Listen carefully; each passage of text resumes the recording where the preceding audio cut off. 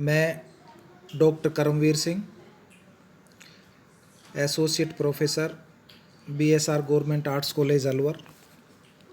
प्यारे बच्चों, आज हम ऑनलाइन कक्षा में बीए पार्ट सेकंड का सेकंड पेपर, जिसका टॉपिक है संघीय कार्यपालिका, प्रधानमंत्री तथा मंत्री परिषद, union executive, the prime minister and the council of ministers.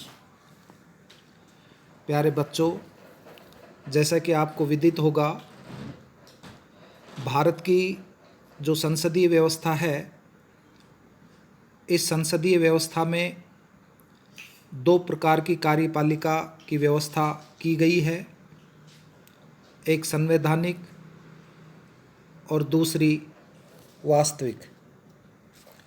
संवैधानिक कार्यपालिका के रूप में नाम मात्र की है और इस कार्यपालिका का अध्यक्ष राष्ट्रपति होता है, और वास्तविक कार्यपालिका प्रधानमंत्री है, जिसे पंडित नेहरू ने कहा था कि शासन में धुरी की ये कील है। अन्य संसदीय व्यवस्थाओं की भांति भारत में भी प्रधानमंत्री की स्थिति सर्वोच्च शासन अधिकारी की है और संसद में बहुमत प्राप्त दल के नेता के रूप में वह देश का वास्तविक शासक भी होता है। उसका व्यक्तित्व, उसकी चिंतन शैली, उसकी कार्यप्रणाली, नेतृत्व तथा भविष्य दृष्टि पर निर्भर करता है और वह कितना शक्तिशाली तथा प्रभावशाली प्रधानमंत्री है। डियर स्टूडेंट्स, मैं आपको बताऊं कि स्वतंत्रता के पश्चात भारत में विभिन्न प्रकार के प्रधानमंत्रियों का अनुभव किया गया। आप सभी को पता होगा, या यहाँ अपन ये चर्चा करते हैं कि प्रथम प्रधानमंत्री से अब तक कितने प्रधानमंत्री हमारे यहाँ रहे। जैसे पहला मैं नाम बताऊं आपको, पंडित जवाहरलाल नेहरू, जिसकी अवधि 15 अगस्त 1947 से, यानी कि उसकी मृत्यु पर्यंत वो प्रधानमंत्री रहे, 27 मई 1964।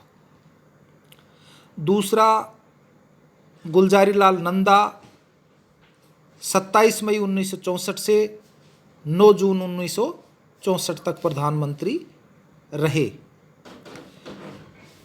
तीसरा प्रधानमंत्री लाल बहादुर शास्त्री, जो 9 जून 1964 से मृत्यु पर्यंत, यानी कि 11 जनवरी 1966 तक रहे।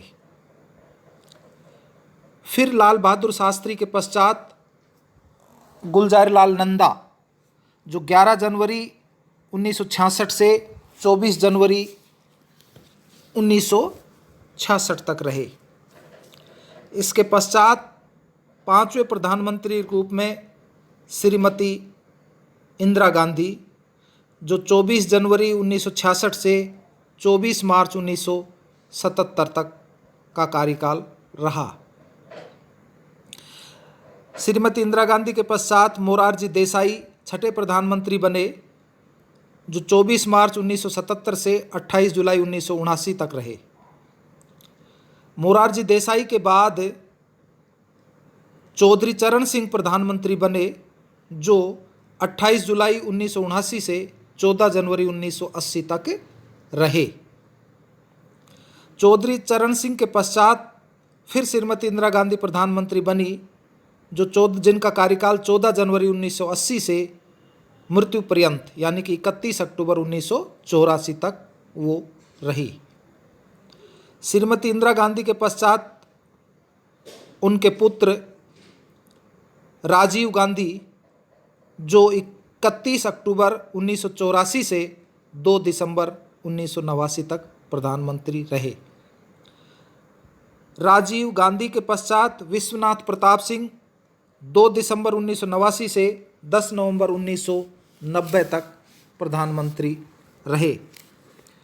विश्वनाथ प्रताप सिंह के पश्चात 11वें प्रधानमंत्री के रूप में श्रीमान चंद्रशेखर प्रधानमंत्री बने, जिनका कार्यकाल 10 नवंबर 1990 से 21 जून 1991 तक रहा। इनके पश्चात 12वें प्रधानमंत्री के रूप में पीवी नरसिंह राव बने, जिनका कार्यकाल 21 जून 1991 से 16 मई 1996 रहा। पीवी नरसिंह राव के बाद श्रीमान अटल बिहारी वाजपेयी जी प्रधानमंत्री बने, जिनका कार्यकाल 16 मई 1996 से 1 जून 1996 ही रहा। इनके पश्चात एच.डी. देवगौड़ा प्रधानमंत्री बने, जिनका कार्यकाल 1 जून 1996 से 21 जून 1997 रहा। 15वें प्रधानमंत्री के रूप में इंद्र कुमार गुजराल बने, जिनका कार्यकाल 21 अप्रैल 1997 से 19 मार्च 1998 रहा। इंद्र कुमार गुजराल के पश्चात फिर 16वें प्रधानमंत्री के रूप में अटल बिहारी वाजपेयी जी बने, जिनका कार्यकाल 19 मार्च 1998 से 17 अप्रैल 1999 तत्पश्चात वो कार्यवाहक प्रधानमंत्री रहे। 17वें प्रधानमंत्री अटल बिहारी वाजपेयी 13 अक्टूबर 1999 से 22 मई 2004 तक रहे। 18वें प्रधानमंत्री के रूप में श्रीमान मनमोहन सिंह का कार्यकाल रहा, जो 22 मई 2004 से 22 मई 2009 तक रहा। पुनः 19वें प्रधानमंत्री मनमोहन सिंह जी बने, जिनका कार्यकाल 22 मई 2009 से 26 मई 2014 तक रहा। और मनमोहन सिंह के पश्चात 20वें प्रधानमंत्री के रूप में श्रीमान नरेंद्र मोदी जी बने, जिनका कार्यकाल 26 मई 2014 से 30 मई 2019 तक रहा। इसके पश्चात 21वें प्रधानमंत्री के रूप में पुनः नरेंद्र मोदी जी बने, जिनका कार्यकाल 30 मई 2019 से वर्तमान में लगातार चालू है।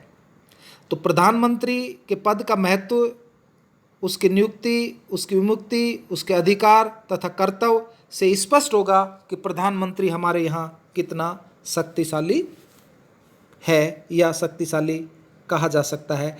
तो ये एक प्रकार से पहले प्रधानमंत्री से अब तक, यानी कि स्वतंत्रता के पश्चात भारत के जो विभिन्न प्रकार के प्रधानमंत्री बने, उनका अनुभव कैसा रहा या वो कितने प्रधानमंत्री बने, ये मैंने आपको बताया। अब प्रधानमंत्री की जहाँ तक नियुक्ति का सवाल है, इस संदर्भ में आप सभी को पता होगा कि संविधान के अनुच्छेद 75(1) में कहा गया है या बताया है कि प्रधानमंत्री की नियुक्ति राष्ट्रपति के द्वारा की जाती है और अन्य मंत्रियों की नियुक्ति राष्ट्रपति प्रधानमंत्री की सलाह से करता है। प्रधानमंत्री के पद के लिए व्यक्ति को संसद के किसी सदन का सदस्य होना आवश्यक नहीं है, लेकिन ऐसा व्यक्ति सिर्फ 6 माह के लिए अपने पद पर रह सकता है। तो आप लोगों को बिल्कुल स्पष्ट हो गया होगा कि प्रधानमंत्री बनने के लिए संसद के किसी भी सदस्य का होना आवश्यक तो नहीं है, लेकिन 6 माह तक वो ऐसे रूप में प्रधानमंत्री बना रह सकता है। 6 माह के पश्चात किसी न किसी रूप में उसे किसी भी सदन का सदस्य होना आवश्यक है, चाहे वो लोकसभा का सदस्य बने या राज्यसभा का सदस्य बने, एक सदन का सदस्य होना आवश्यक है। तो इस बीच उसके लिए यह आवश्यक है कि वे संसद के किसी भी सदन की सदस्यता प्राप्त करें। और सामान्यता तो ये है, ये परंपरा रही है या ये परंपरा है कि लोकसभा में बहुमत दल के नेता को प्रधानमंत्री पद के लिए आमंत्रित किया जाता है और प्रधानमंत्री की आकस्मिक मृत्यु से उत्पन्न स्थिति को मंत्रिमंडल के वरिष्ठ सदस्य द्वारा भरा जाता है। पर ये परंपरा भी एक अपवाद कही जा सकती है, ये अपवाद है। जैसे मैं आपको उदाहरण दूं या बताऊं कि श्रीमती इंदिरा गांधी के मृत्यु के पश्चात वरिष्ठतम मंत्री श्री प्रणब मुखर्जी थे और उनको प्रधानमंत्री नियुक्त किया जाना चाहिए था, लेकिन उनको प्रधानमंत्री नियुक्त न करके श्रीमती गांधी के पुत्र श्री राजीव गांधी को प्रधानमंत्री बनाया गया। और बाद में कांग्रेस संसदीय दल द्वारा उन्हें अपना नेता चुन लिया। ऐसा वस्तुतः सहानुभूति या नेहरू परिवार के प्रति श्रद्धा के कारण किया गया। 11वीं लोकसभा में 3 प्रधानमंत्री नियुक्त हुए। पहले श्री अटल बिहारी वाजपेयी बने, जो भारतीय जनता पार्टी के नेता थे, और इस राजनीतिक दल को लोकसभा में बहुमत तो प्राप्त नहीं था, पर सदस्यों की संख्या सर्वाधिक थी। विश्वास मत पर बहस के दौरान श्री अटल बिहारी वाजपेयी के त्यागपत्र के बाद संयुक्त मोर्चा गठित हुआ, जिसे कांग्रेस ने बाहर से समर्थन देना स्वीकार किया, और संयुक्त मोर्चा के पहले प्रधानमंत्री श्री HD देवगौड़ा बने तथा दूसरे श्री इंद्र कुमार गुजराल बने। 12वीं लोकसभा भी त्रिशंकु थी, यानी कि किसी भी एक दल को स्पष्ट बहुमत प्राप्त नहीं हुआ था। ऐसी लोकसभा को त्रिशंकु कहा जाता है। प्रधानमंत्री श्री वाजपेयी बने, पर एक मत से विश्वास मत हार गए। प्रधानमंत्री की नियुक्ति के संदर्भ में नई परिस्थितियां बनी और प्रधानमंत्री की उपर्युक्त नवीनतम नियुक्तियां कई प्रकार के संवैधानिक प्रश्न खड़े करती है। 16वीं लोकसभा में बीजेपी द्वारा पूर्ण बहुमत प्राप्त पाने के पश्चात श्री नरेंद्र मोदी प्रधानमंत्री बने। एक दल की प्रधानता पुनः स्थापित हुई और 2019 में चुनाव में पुनः एक दल को पूर्ण बहुमत प्राप्त हुआ। श्री नरेंद्र मोदी पुनः प्रधानमंत्री बने। तो ये एक प्रकार से डियर स्टूडेंट्स, प्यारे बच्चों, अपने यहाँ प्रधानमंत्री की नियुक्ति के संदर्भ में मैंने आपको बताया कि प्रधानमंत्री की नियुक्ति किस प्रकार से की जाती है। नेक्स्ट जो ऑनलाइन कक्षा आपकी होगी, इसमें प्रधानमंत्री की शक्तियों के बारे में अपन अध्ययन करेंगे। धन्यवाद।